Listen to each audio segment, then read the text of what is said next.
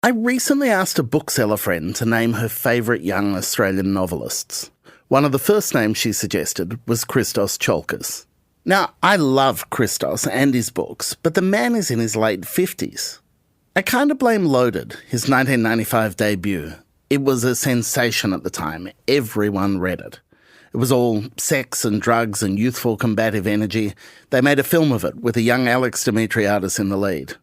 So, even though he's written 8 novels since, stories about religion and about class, about our national obsession with winning, even though The Slap was this major cultural phenomenon selling more than 1 million copies worldwide, even though he is the literary establishment by any measure you can think of, Christos Tsiolkas has never entirely shaken off his reputation as the angry young man of Australian literature. In person, Tsiolkas is anything but. He's a hugger. In conversation, he's interested in people. He's curious and thoughtful with this big bark of a laugh. And across his career, he's constantly evolved, continuing to push himself and his readers to not look away from the uncomfortable parts of human experience. From Schwartz Media, I'm Michael Williams with Read This. A couple of months out from a new novel, we ask how becoming part of the literary establishment has changed Christos Tsiolkas. When you start your career as the voice of youth, as a challenging outsider, how does that shape the next almost 3 decades of a writing life? Tell me who you were at 29 when Loaded came out. I do think I was curious, like that has been a constant.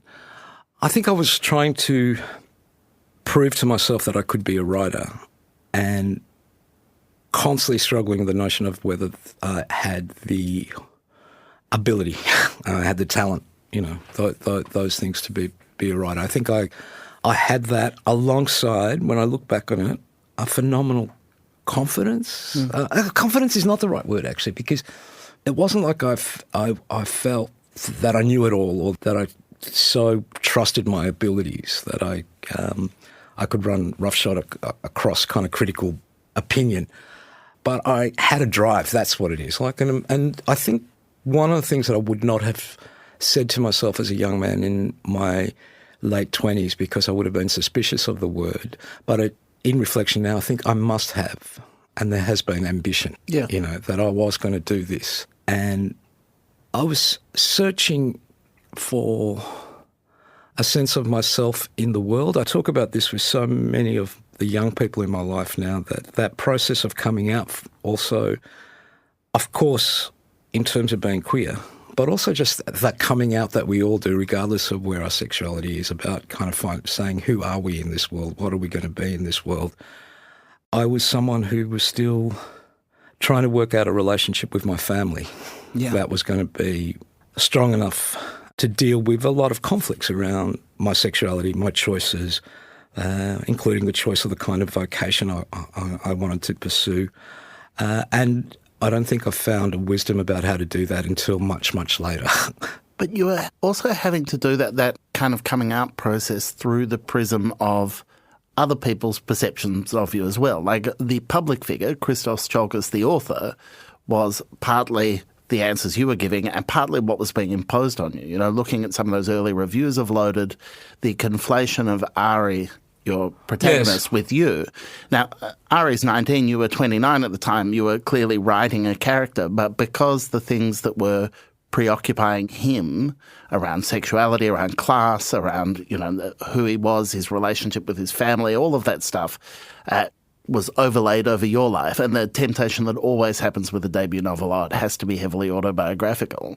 There is an element of truth to the fact that your first novel is going to have a rawness that comes from not knowing if you're ever going to do this again. So yes, everything I was thinking, everything I was experiencing, everything that I was feeling I wanted to put into that novel. And also, I was learning my craft as I was doing it. I didn't do creative writing. I don't think they even existed, that those courses really existed back then. But yes, I was a decade older than Ari. I'd already started dealing with my drug addiction, for example. So that's probably an armour. The weird thing of having a novel like Loaded, which in its small world was a success, right, was that suddenly you become a public figure And no one prepares you for that, I think. That's, again, you kind of learn how to deal with that in the process of dealing with it. But I did have a sense of there have been battles to do with family, to do with addiction that I've been through, and that creates a particular strength, I think. And I had Wayne in my corner. So this is someone who I love and who loves me and comes from a similar background as a child of migrants, from a working class background. All of that was the strongest shield I had in relationship to being in the world. Yeah. And kind of, he's a straight talker. So, he was very, very good in his loving and gentle way of going, don't buy into the bullshit. After Loaded, Christos became the poster child for grunge in Australia, and a whole lot of imitators followed him. But instead of sticking to that path, he went even further. His follow-up, The Jesus Man, was about psychosis, child abuse, castration and suicide. It was a lot, and it was a commercial failure. Critics and readers didn't know what to make of it.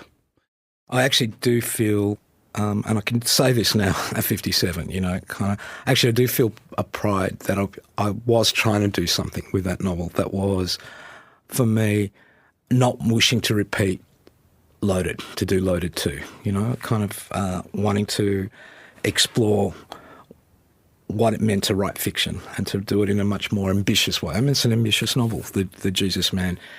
But I think the other thing that I didn't take into account is that when you are writing about really difficult subjects, and there are really difficult subjects at play in The Jesus Man, when you're writing in ways that are explicit, trying to challenge how we write about sexuality, how we write about how does sexuality and racism work, how does sexuality and class work, that there is a public scrutiny that I'm absolutely fine with because that's what you do as a writer, right? But it also has an influence on how people you love in your family or your network are going to be hearing about somebody called Christos Tsiolkas. And I don't think because I was lucky with Loaded being kind of a success, it was like people didn't concentrate on the sex in the beats or the language, because there's something in our culture that venerates success. And I think that was the hard step. God, I'm being really intimate about this, but this is, I think that, maybe it is again a question of only with time that you realise these things, that I didn't know how to protect the people I loved from that scrutiny. I'm interested in how important early in your writing career feeling like an outsider voice was to making it legitimate. I think to say I'm an outsider is a little bit risible at this moment, in that, because I am very much in the literary world that is Australia. Having said that, what it means to be outside remains fundamentally important to me, and that in terms of both what I do, but also where I look for inspiration.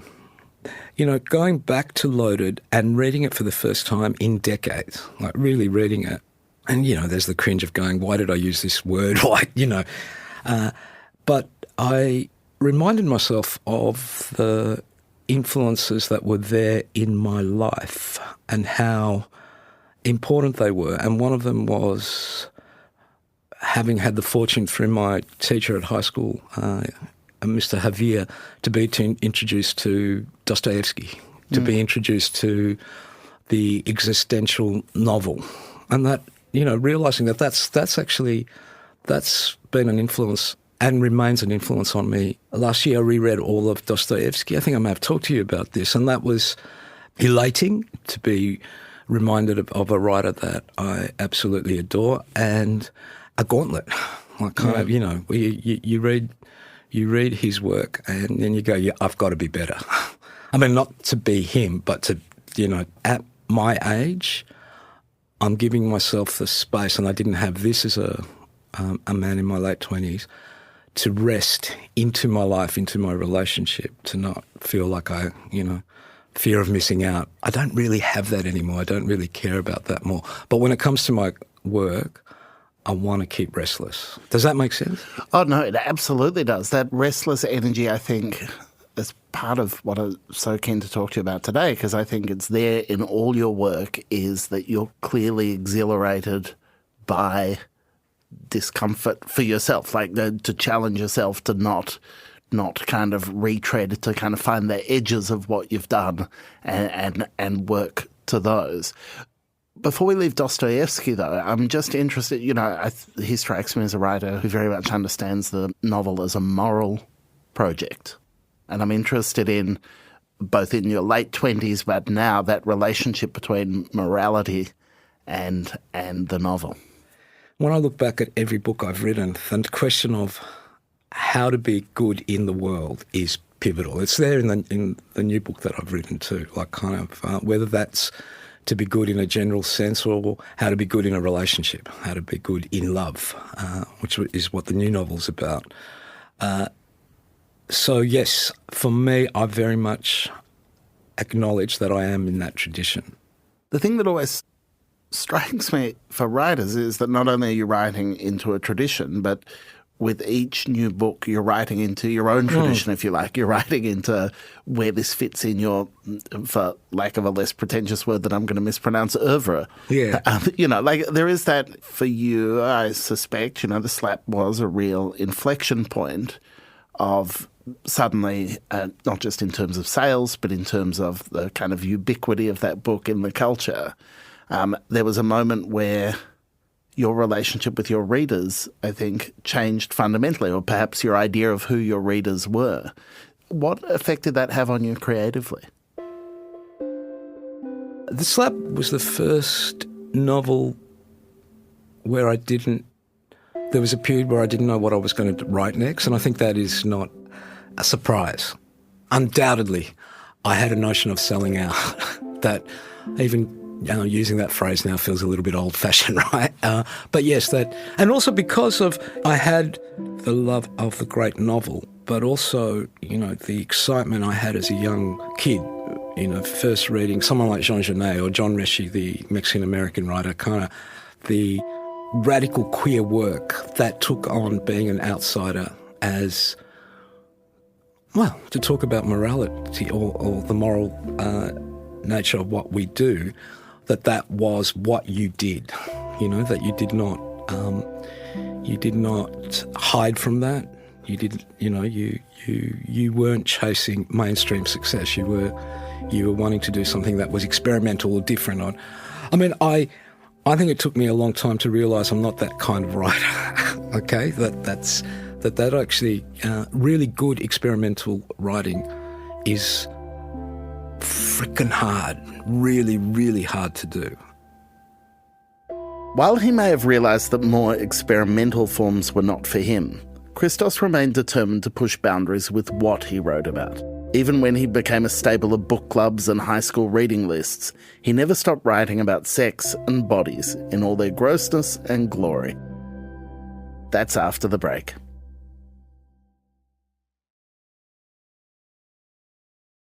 You have this ability to describe the body and to describe people in a non-sexual context, in a state of fatigue, in a state of kind of grief or just being present, that is erotically charged, that bodies should be written about lovingly. It doesn't matter if you're sagging and you're sitting and you're like not feeling your best self. You write about, and there are scenes of this, I think, in all your books, of just your willingness to write about the corporeal, like the physical, is it's incredibly loving the way it comes across on the page.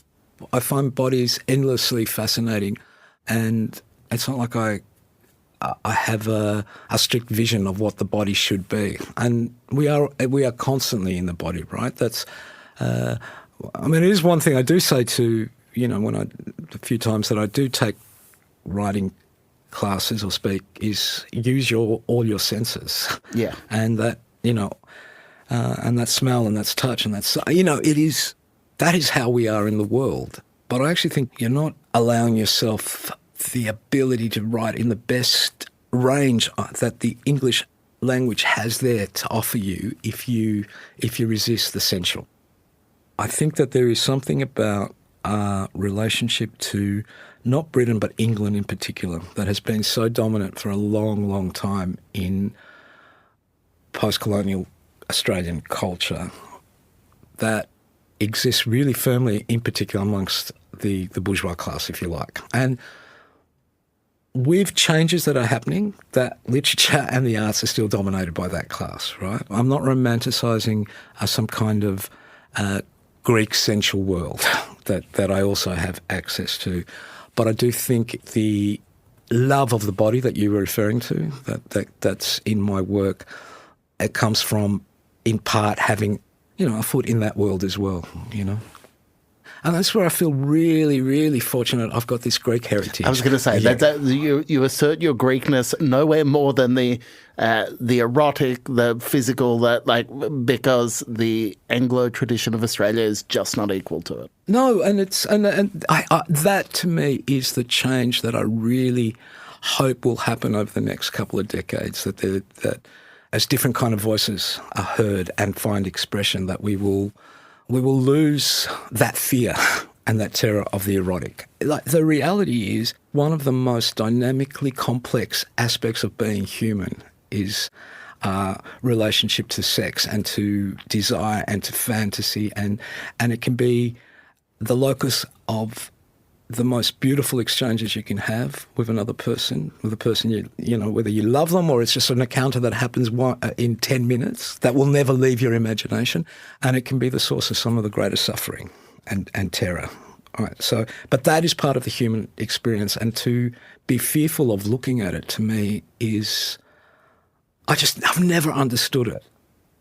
As he has aged, the sex of Loaded or the Jesus Man or even the slap has been replaced with something less brash, more circumspect and complex. Christos's most recent book, 7.5, is a book of autofiction. His main character wrestles with questions of sex, but also with what he's allowed to write about. With 7.5, it was very clearly I was wanting to defend the burgeoning erotic experiences I had as a young person that were it's the language of the novel, so I'm going to use it, that were transcendental for me. And now there's a book within the book of 7.5, which I think is my saying there is something about the pornographic and there's something about sex that can also be violent and destructive and hurtful, and you can't be a writer in 2023 without being conscious of the history of sexual violence. So I'm holding all those things in my head, but then I am just writing what I want to write, and what I want to write is about the pleasure that I feel in the world. Has doubt always been part of your creativity? There is always that personal experience of doubt, which is about your work and your craft and your ability. So you wrestle with that all the time. And I've wrestled with that for a long time. The receiving of negative critical responses can be really harsh. In fact, it does roll off your back. That's what you learn, I think, the more you practice your craft. Do you think that's an age-based change? Yeah, certainly. It's got to do with age. It must have, and feeling, that I am at a point in my life where I just don't have, physically and in terms of experiences, I can't swim as strongly in the current, if you like, of present culture. But I'm still curious. I'll say about the new book, The In-Between, that there was a choice that I made to write about sex in every chapter. It's a book in 5 chapters. And I thought, you know what? I'm going to deliberately choose to write about sex because that's been important to me as a writer all my writing life. And it's been important to me as a reader all my reading life. What are you proud of and excited by with this new book? I think that I'm most excited in that I'm writing about love, but I don't think I've ever quite in this way written a book that is about a love story. I don't think it's a sentimental love story, but, it is a love story. And so that feels exciting and a little bit deliciously naughty in these times. And the other thing, and goes to some of the things that have been maybe kind of subterranean in our conversation, it's also about 2 men who meet in their 50s who don't actually share all the same opinions. And this is where I'm kind of excited and a little bit nervous, is how people are going to respond to that. You know, because that you know, about how love can build across those differences, that we don't all have to think the same. And I'm really kind of hungry for where that discussion will go. Christos Tsiolkas' new book, The In-Between, will be out this October.